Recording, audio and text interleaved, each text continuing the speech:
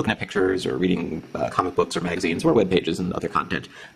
So what's the catch? It sells for $269, which sounds like a pretty amazing price for this tablet, and it really pretty much is. It's the only real catch is that this is a Chinese tablet, which might not have the same sort of support that you might expect from a Western brand that you have heard of. In my personal case, the only real problems I've had with it are that the wireless isn't quite as strong as I would like it to be. So I'm doing this video down in my dining room because the dining room is right next to the living room where my wireless router is, and here performance is pretty strong. I'm connected to the internet. I have no problem streaming video, surfing the web, and doing other things.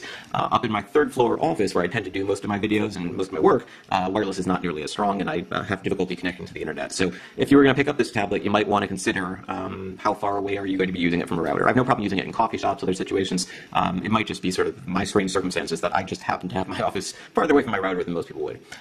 In terms of build quality and hardware, we've got a mini HDMI port, micro SD card slot, micro USB, speaker, there's another speaker on the other end, headphone jack, power volume, and that's about it around the sides. If you look closely, you can see that the second stereo speaker is over here.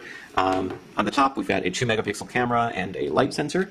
On the back, 5-megapixel camera and an LED flash. If you push pretty hard, well, not even that hard. If you push down here in the center, you can feel that this plastic bit sort of gives a little bit, which is one of my only real complaints about the build quality, but that's not something you're likely to do very often. It's something I probably notice mostly because I'm testing this and sort of kicking the tires to see if I can find problems with it.